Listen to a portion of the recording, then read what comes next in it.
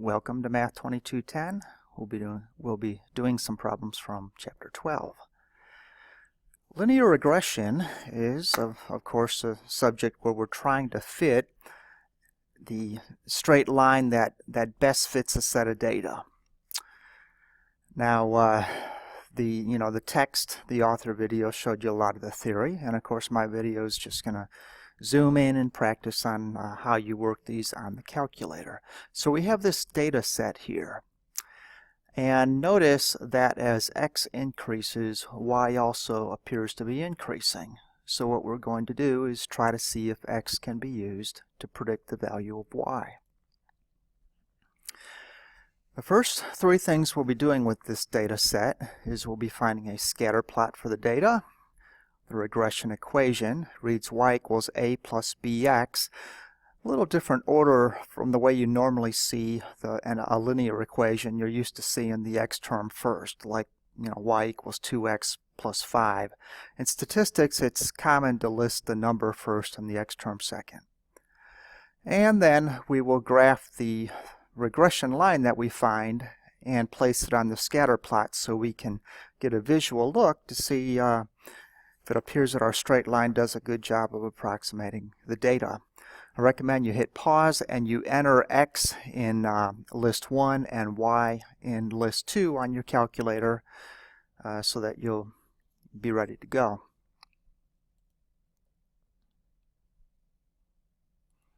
Okay, sorry, didn't really want to advance quite yet.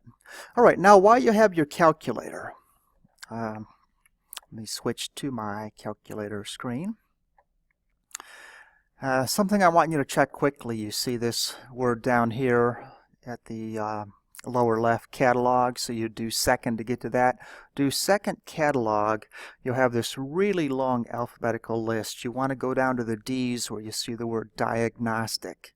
And if yours is reading diagnostic off, you want it to read diagnostic on. If you fail to do that, some of the output that I'm going to get won't appear on your screen. Alright, so let's suppose that you've done that and we've already entered our two lists from the data into the calculator. What we'll do next is we're going to go to Scatterplot.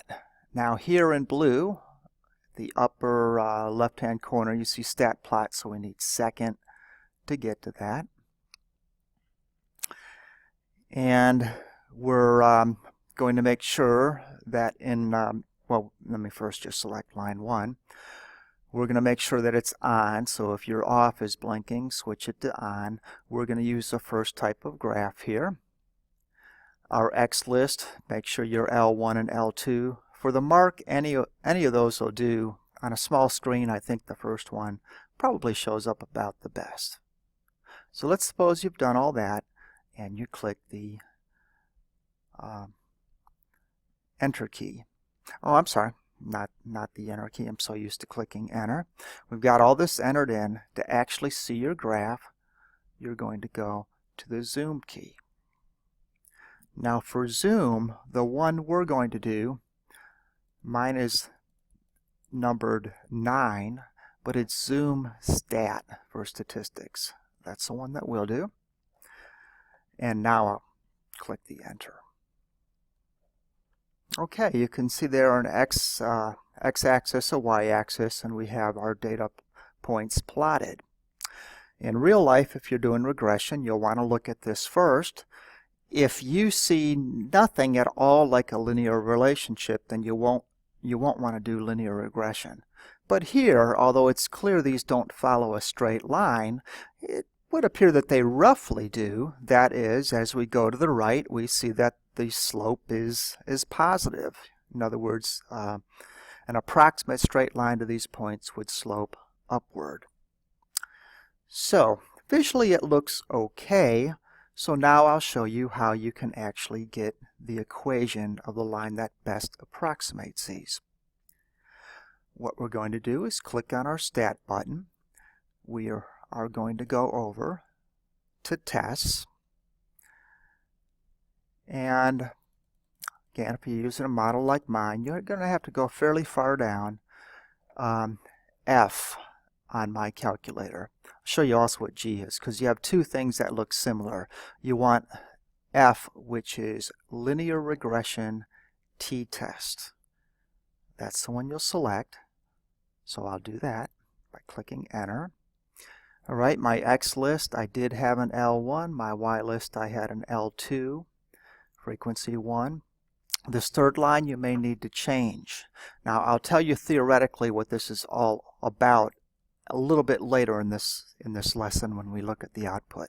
But this is not a P. Notice how it's curved a bit at the bottom. It's actually the Greek letter rho. And you want it to be rho is not equal to 0. So highlight that. The line after that you won't have to do anything on. I click calculate. Your model may just have you click enter at this point. And let's see what we get. Alright, y equals a plus bx. That's the equation of a straight line.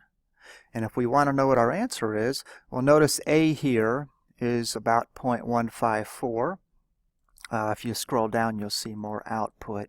So you'll find both a and b clearly in the output. So the equation of the straight line, if we round to 3 decimal places, a plus bx would be 0.154 plus 1.096x. That's our straight line.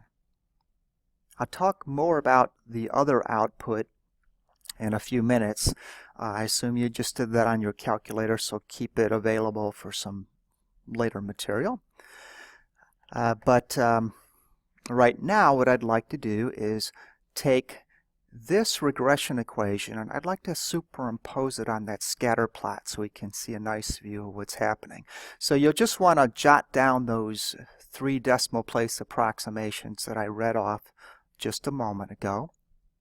And where you're going to use those is we're going to put in this equation. You have your y equals button. I know you've used that before in probably college algebra or another algebra course. So you can type in the equation. So let me just type in what we had. 0.154 plus, and then we had 1.096. You need to type x and you use this button here. That'll put in the x. So there we are.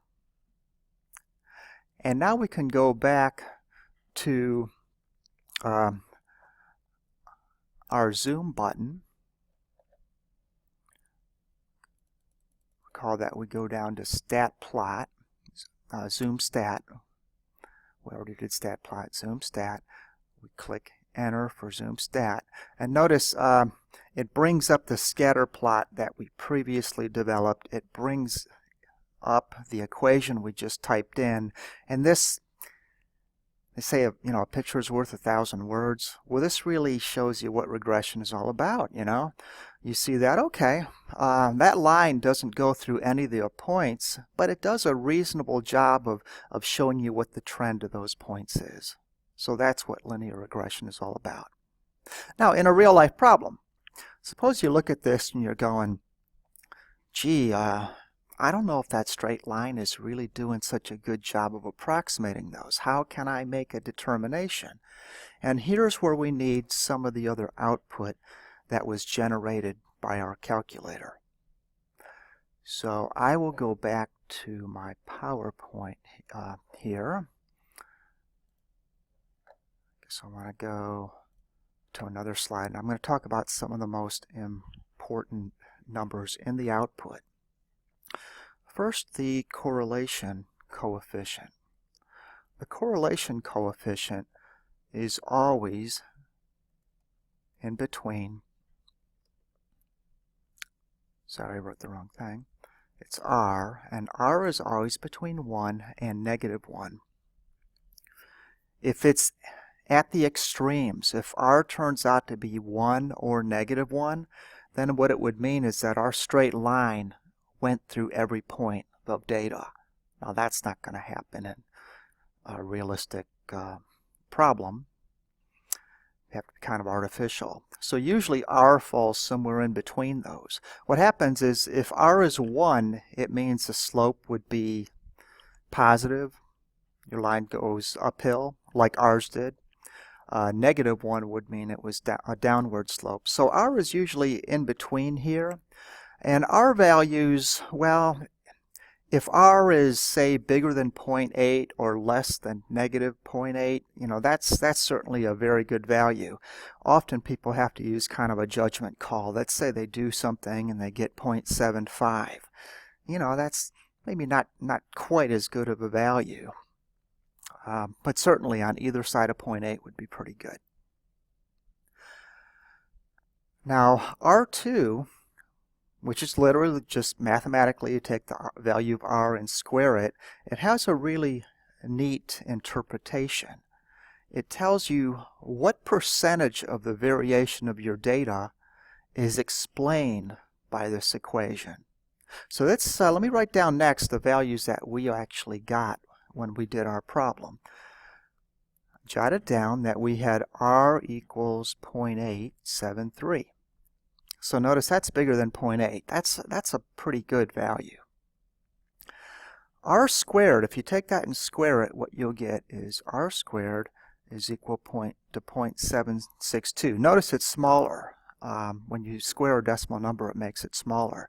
If written as a percent, that would be 76.2%.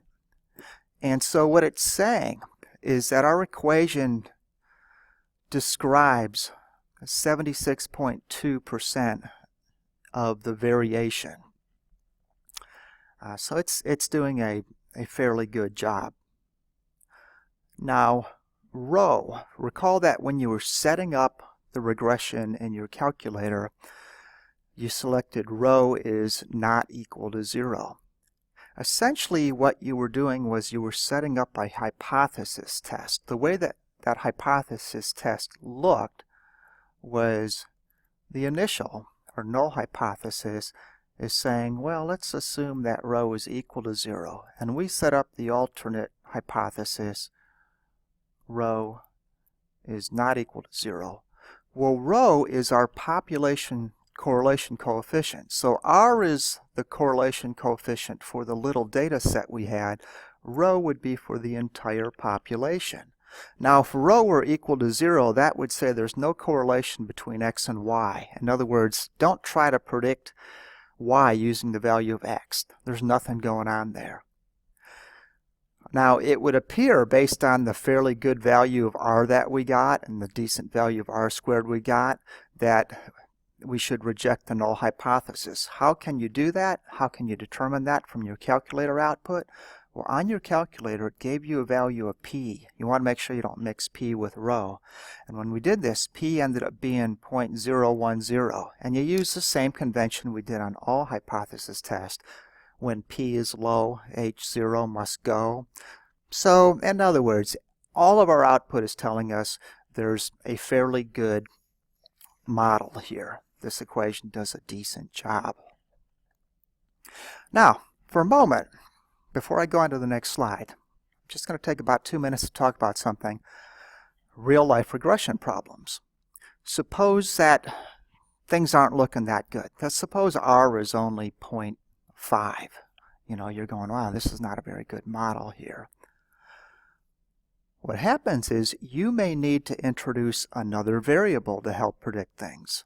Like an example that I teach when I do a course called Math for Business and Economics, is I say, okay, let's try to predict housing prices just on square footage.